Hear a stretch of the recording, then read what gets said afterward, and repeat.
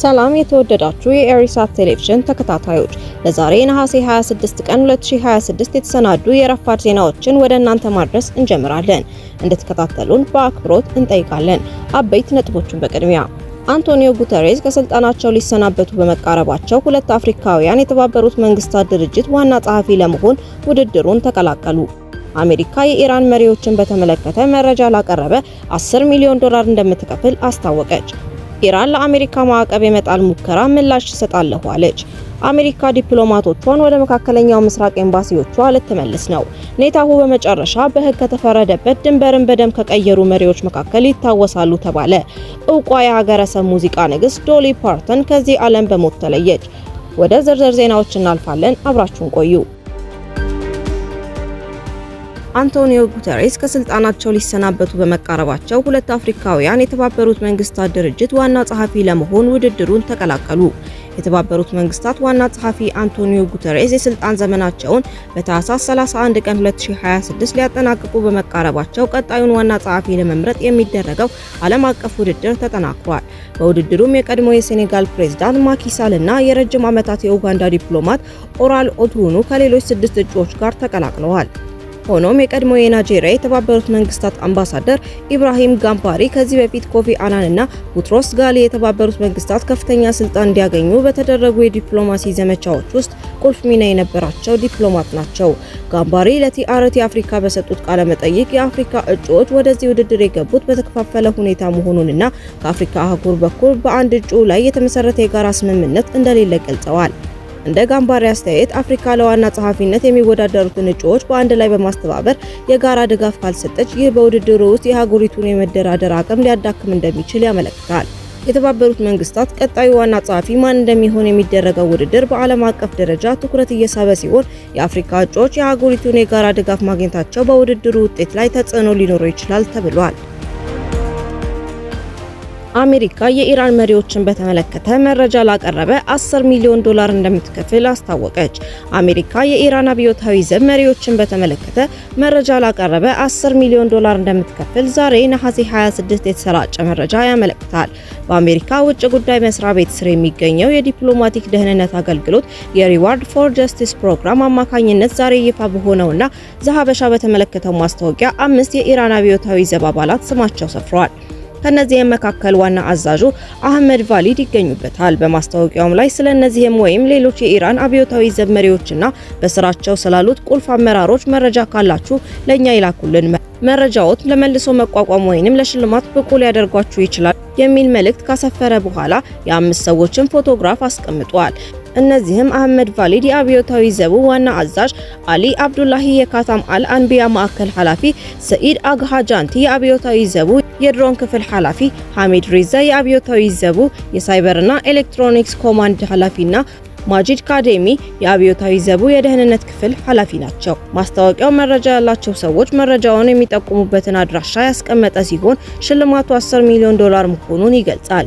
ይህም ማለት ለእያንዳንዳቸው መረጃ $2 ሚሊዮን ለመስጠት ማቀዱን ያሳያል። አሜሪካ በተለያዩ ጊዜያት አድና መያዝ ያልቻለቻቸውን ግለሰቦች መረጃ ጋር በተያያዘ ገንዘብ እንደምትሰጥ ብትገልጽም መስጠቷን የሚያመለክት ትክክለኛ መረጃ ለማግኘት አዳጋጅ መሆኑን የሚጠቅሱ ጥቂቶች አይደሉም። ኢራን ለአሜሪካ ማዕቀብ የመጣል ሙከራ ምላሽ እሰጣለሁ አለች። ኢራን ለአዲሱ የአሜሪካ የማዕቀብ ምላሽ ለመስጠት ሙሉ በሙሉ ዝግጁ መሆኗን ገለጸች። ማዕቀቡን የኢኮኖሚ ጥቃት ስትልም ገልጸዋለች። የኢራን የምጣኔ ሀብት ሚኒስቴር አሊ ማዳኒ ዛዴ ቴሄራን የራሷን መሳሪያዎች እንዳሏትና እንዴት መጫወት እንዳለባት እንደምታውቅ ተናግረዋል። ይህ የኢራን ምላሽ የመጣል የዩናይትድ ስቴትስ የገንዘብ ሚኒስቴር ስኮት ቤሴንት ከአንድ ቀን በፊት በኢራን ላይ አዲስ ማዕቀቦች ማወጃቸውን ተከትሎ ነው። አሜሪካ የኢራን የንግድ አጋሮች በቴሄራን ውስጥ ያለውን አገዛዝ እንዳይተባበሩና እያንዳንዱን የኢኮኖሚ መስመር እንዲቆርጡ ለማሳመን እንደምትሞክር ተናግረዋል። ሆኖም የትራምፕ አስተዳደር ምን ያህል በኢራን የንግድ አጋሮች ላይ ተጽዕኖ ሊያሳድሩ እንደሚችሉ እስካሁን ግልጽ አይደለም። የኢራን ትልቋ የንግድ አጋር ቻይና በበኩሏም በዓለም አቀፍ ሕግ መሰረት ያለ አንድ መወገንም ማዕቀቦችን እንደምትቃወም የቤጂንጉ መንግስት አስታውቋል። የቻይና የውጭ ጉዳይ ሚኒስቴር ቃል አቀባይ የኢኮኖሚ ጦርነት ወደ መፍትሄ እንደማያመራና በምትኩ በመካከለኛ ምስራቅ ያለውን ግጭት እንደሚያባብስ አስጠንቅቀዋል። ፕሬዝዳንት ዶናልድ ትራምፕ በሚቀጥለው ወር የቻይናውን ዢ ጂንፒንግን በአሜሪካ ያስተናግዳሉ ተብሎ ይጠበቃል። አሜሪካ ዲፕሎማቶቿን ወደ መካከለኛው ምስራቅ ኤምባሲዎቿ ልትመልስ ነው። አሜሪካ ከኢራን ጋር በነበራት ወታደራዊ ግጭት ወቅት በከፊል አስወጥታቸው የነበሩ ዲፕሎማቶቿን ወደ ተለያዩ የመካከለኛው ምስራቅ ኤምባሲዎቿ ለመመለስ እያዘጋጀች መሆኗን ዘ ኒውዮርክ ታይምስ ዘግቧል።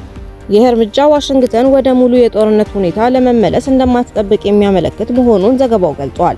የአሜሪካ የውጭ ጉዳይ ሚኒስቴር ባወጣው የውስጥ ሰነድ መሰረት ሰራተኞችን ወደ ስራቸው መመለስና የጊዜያዊ የደህንነት እርምጃዎችን ማንሳት በዚህ ሳምንት ይጀምራል። ይህ የሚከናወነው በአሜሪካና በኢራን መካከል ያለው ድርድር እድገት ባላሳየበትና ዋሽንግተን አዳዲስ የኢኮኖሚ ማዕቀቦችን ልትጥል እንደምትችል እንደገና እያስጠነቀቀች ባለችበት ወቅት ነው። ብዙ የኤምባሲ ሰራተኞች ወደ ስራቸው እንዲመለሱ ከሚጠበቁባቸው ሀገሮች መካከል እስራኤል፣ ሊባኖስ፣ ሳውዲ አረቢያ፣ ኳታር፣ ዮርዳኖስ፣ ኦማን፣ ኢራቅ እና ኩዌት ይገኙበታል። የአሜሪካ የውጭ ጉዳይ ሚኒስቴር በሰጠው መግለጫ በመላው ዓለም ያለውን የደህንነት ሁኔታ በቀጣይነት እንገመግማለን። በዚህ ግምገማ መሰረት የሰራተኞቻችንን ደህንነት ለመጠበቅ የሰራተኞችን ቁጥር እናስተካክላለን ብሏል። ሰነዱ እንደሚያመለክተው ዲፕሎማቶች በመጀመሪያ ወደ ሊባኖስ ይመለሳሉ። በእስራኤል፣ በዮርዳኖስ እና በኦማን የሚገኙ ኤምባሲዎችም ወደ ሙሉ የሰራተኞች ቁጥር ይመለሳሉ። በተባበሩት የአረብ ኤምሬቶች፣ በሳውዲ አረቢያ፣ በኳታር እና በሊባኖስ የሚገኙ ኤምባሲዎች ወደ 85 በመቶ የሚጠጋ የሰራተኞች ቁጥር ይኖራቸዋል። በኢራቅ፣ በኩዌት እና በባህሬን የሚገኙት ደግሞ ወደ 75 በመቶ የሚጠጋ የሰራተኞች ቁጥር እንደሚኖራቸው ተገልጿል። ይሁን እንጂ የዲፕሎማቶች ቤተሰቦችና አስፈላጊ ያልሆኑ ሰራተኞች ወደ አረብ ሀገራትና ሊባኖስ እንዳይገቡ የተደረገው ገደብ እንደቀጠለ ይቆያል። ይህ እርምጃ አስተዳደሩ ጦርነቱ እያጠናቀቀ እንደሆነ ያሳያል ሲል በእስራኤል የነበረው የአሜሪካ አምባሳደር ዳን ሻፒሮ ገልጿል።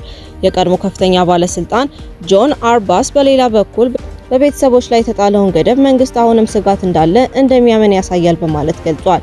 ነገር ግን ሮበርት ዳኒን የተባለ የፖለቲካ ባለሙያ የአሜሪካ ኤምባሲ ሰራተኞችን መመለስ ወደፊት በኢራን ላይ ወታደራዊ እርምጃ ከመውሰድ አሜሪካን አያግዳትም ሲል አስጠንቅቋል። ኔታሁ በመጨረሻ በሕግ ከተፈረደበት ድንበርን በደም ከቀየሩ መሪዎች መካከል ይታወሳሉ ተባለ። የእስራኤል ጠቅላይ ሚኒስትር ቤንያሚን ኔታሁ በመጨረሻ በወንጀል ክስ ከተፈረደባቸው ድንበሮችን በደም ካስቀየሩ መሪዎች መካከል እንደሚታወሱ ተገለጸ። ይህ አስተያየት ቲአርቲ አፍሪካ ባሰራጨው ዘገባ ላይ የቀረበ ሲሆን ከሰፊ ጭፍጨፋና ከሰብአዊ ሰቆቃ ጋር የተያያዙ ታሪካዊ መሪዎችን በማነጻጸር የኔታሁን ስም አካቷል።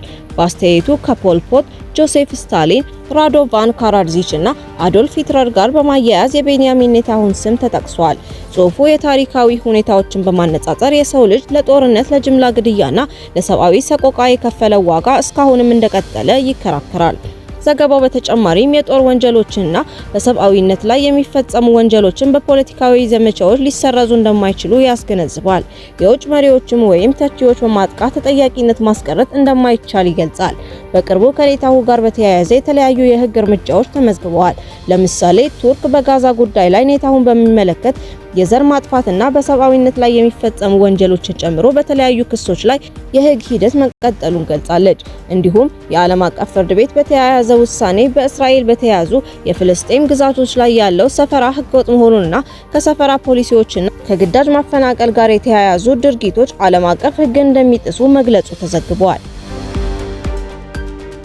በመጨረሻም እውቋ የአገረሰብ ሙዚቃ ንግስት ዶሊ ፓርተን ከዚህ ዓለም በሞት ተለየች። በአገረሰብ ሙዚቃ በዓለም ዙሪያ ከፍተኛ እውቅናን ያተረፈችው አንጋፋዋ አሜሪካዊት የሙዚቃ ደራሲ፣ አቀንቃኝና የፊልም ተዋናይት ዶሊ ፓርተን በ80 ዓመቷ ከዚህ ዓለም በሞት መለየቷን ዓለም አቀፍ የመገናኛ ብዙሃን ዘግበዋል። ዶሊ ፓርተን በ60 ዓመቷ የሙዚቃ ህይወቷ በዓለም ዙሪያ በሚሊዮኖች ዘንድ የሚወደዱትን እንደ ጆሊ፣ I Will Always Love You፣ 9 to 5፣ ኮት ኦፍ ማይ ከለርስ እና ሌሎች በርካታ የጥበብ ስራዎቿን አበርክታለች።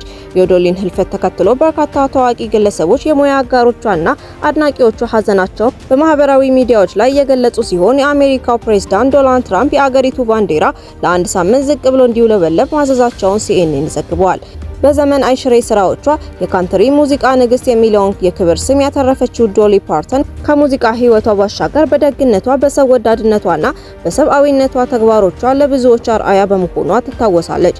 49 የስቱዲዮ አልበሞችና ከ200 በላይ ነጠላ ዜማዎቿ በቢልቦርድ ሆት ካንትሪ ሶንግስ ቻርት ላይ 25 ቁጥር አንድ ዘፈኖችን ያስገኙላት ሲሆን ይህም በማንኛውም ሴት የካንትሪ ሚውዚክ አርቲስት ከፍተኛው ሆኖ ተመዝግቧል። ዶሊ ፓርተን በአስደናቂ ስራዎቿ 11 የግራሚ ሽልማቶችን ያገኘች ሲሆን ከ20 በላይ በሚሆኑ ፊልሞች ላይም በተዋናይነት ተሳትፋለች። ውድ የኢሳት ቴሌቪዥን ተከታታዮች ለዛሬ የተሰናዱ የረፋድ ዜናዎቻችንን በዚሁ አበቃን። በቀጣይ በሌላ የዜና ጥንቅር እስከምንገናኝ መልካሙን ሁሉ ተመኘን። ሰላም።